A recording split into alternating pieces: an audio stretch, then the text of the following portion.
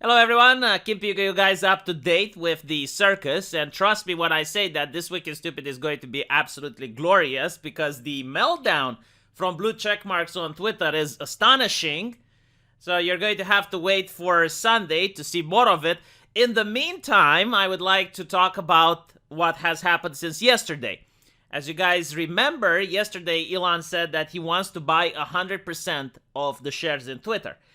And I noticed that a lot of people with roses in their bio and with hammer and sickles were absolutely bewildered by this because they wonder how can Elon buy 100% of the shares if some people don't want to sell.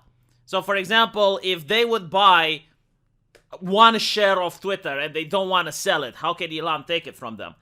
And this shows the fundamental lack of understanding from people that have the hammer and sickle in the bio to how companies actually work. Now, to overly simplify it, the way you need to think of a corporation that's on the stock market is similar to the way you think of a country. But the citizens here are the people who buy the shares.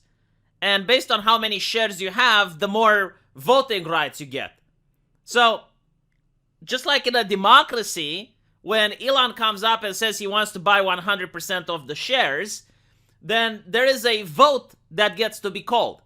And if he gets like 51% of the voting base saying that they agree with the deal, then automatically the 49%, even if they're against it, they're going to be forced to sell their shares. So that's how it works. And it happens a lot of time. I mean, the people who buy shares know this. You can potentially find ways around it, but this is how the system is actually operating, and this is why Elon can actually come on and say, yeah, I want to buy the entire company. So there's going to be a vote, and people are going to decide whether or not they're okay with this, especially since he's offering a really good price. They might be more inclined to sell.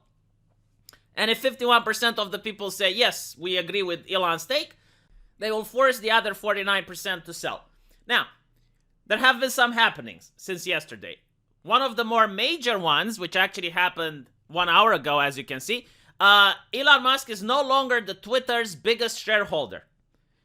So the Vanguard Group has decided to purchase some of the stocks, and they are now the biggest shareholders. Now, why this is interesting is that the Vanguard Group is very unlikely to want to sell their stock.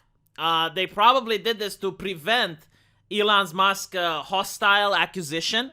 And this might give a little bit of credence to what Mark Cuban was saying on Twitter. And he said that every major tech company, Google, Facebook, etc., is on their phone with their antitrust lawyers asking if they can buy Twitter and get it approved. And Twitter is on the phone with their lawyers asking which can be their white knight. You gotta understand there is a little bit more than economical interest here. There's a lot of politics being involved, and I'm not talking about, left wing versus right wing. Simply owning a social media platform like Twitter gives a lot of power to the person that owns it. I mean, there can be a lot of politicians that approach this person and say, hey, if you help me out in my campaign, instead you get this in return when I get in power. So there are political interests like that. There's a lot of power to be had in deciding who gets to speak and who doesn't. Which is why they really don't like the idea of having Elon Musk come over and threaten them with free speech. Now, I want to remind people, free speech was what made Twitter famous. Like, Jack Dorsey tweeted about this back in the day, and that's when a lot of people joined. And despite the fact that many blue checkmarks are suffering from a severe case of amnesia, may I remind you, gentlemen, that in 2016, the internet was censorship-free mostly. And democracy survived. So everyone that goes like, oh my god, like Elon Musk is going to destroy democracy. Democracy was perfectly fine a couple of years ago when the internet was without the trust and safety councils. So take that into account.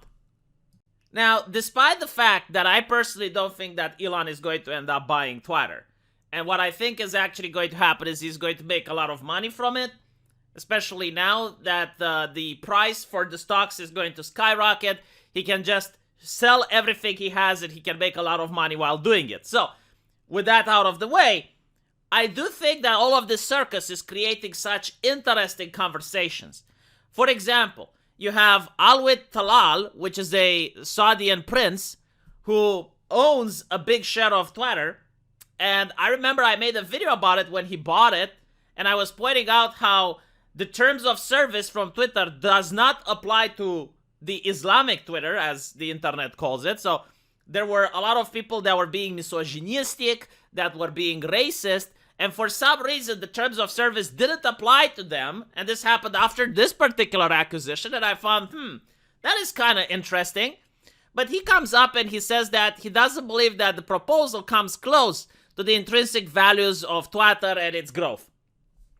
To which Elon Musk responds, 2 questions if I may. How much of Twitter does the kingdom own directly and indirectly? And what are the kingdom's views on journalistic freedom of speech?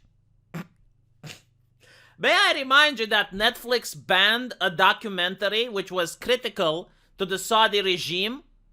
In case you guys forget. Yes, like Netflix, the human rights company that cherishes and promotes the marginalized voices everywhere, bowed in fear and were like, bah, bah, bah, the moment the Kingdom of Saudi Arabia asked them to remove a documentary. So that is how much they care about journalistic freedom of speech. And this is a very interesting conversation that is brought to the surface. A lot of the blue checkmarks who were like, my private company can do whatever it wants, now they're like, oh, well, one person shouldn't do. Shut the fuck up. You know, my favorite take on this was when I saw people saying billionaires shouldn't own the media. And I looked at them the same way you look at a person that has mental disabilities. You know, with pity, with compassion, like wanting to help but don't know how. Like that was the same way that I looked at those people. Like, almost every single mainstream media company is owned by a billionaire. Like, what the fuck are you talking about? And not to mention, did you notice that when a billionaire purchases a newspaper, no one cares? And they will say, well, it's just one newspaper. It's not as powerful as Twitter. And it's like, yeah, but like, it's just one newspaper, but then you have other newspapers being purchased by other billionaires. And together, the billionaires own the media. Is it not even problematic to say? I mean, you can look it up, you know, you can look at the owner of CNN and how much money he has. You can look at the owner of MSNBC and how much money he has. I mean, I don't think it's a controversial take, is it? So this idea like, oh, billionaires shouldn't own they already do. Like, who should own it then? Honestly, who should own it? The government? The government is also a billionaire. Shut the fuck up. In fact, like the government is a trillionaire entity. Isn't it? Just saying.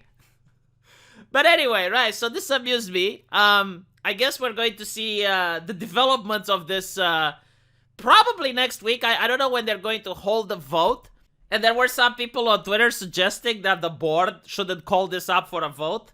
That is called a class action lawsuit in the making, if you're not familiar. The board works for the shareholders, right? I mean, I know that left-wing people love gatekeeping and they absolutely cherish the concept. Like, once you're in power, you ignore your responsibilities. And yeah, it doesn't work like that in the real world. You can get a class action lawsuit if they do that. So the voting will happen. Again, I personally think, and this is the best case scenario that's realistic, what's going to happen.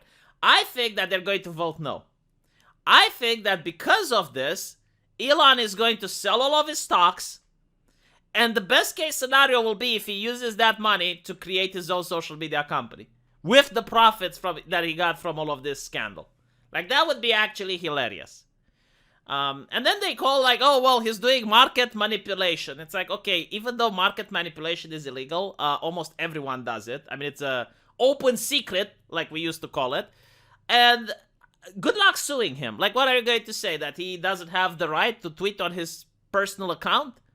I mean, it's not like the type of market manipulation where like a gaming company would be accused of sexual harassment and then all the press just writes about that 24/7 for months on end until the stocks of that gaming company go down and then Microsoft buys it. You know, like, it's not something that we like that. No, it's just like him tweeting on Twitter. Good luck proving it that it's market manipulation. Yeah, Would be an interesting lawsuit.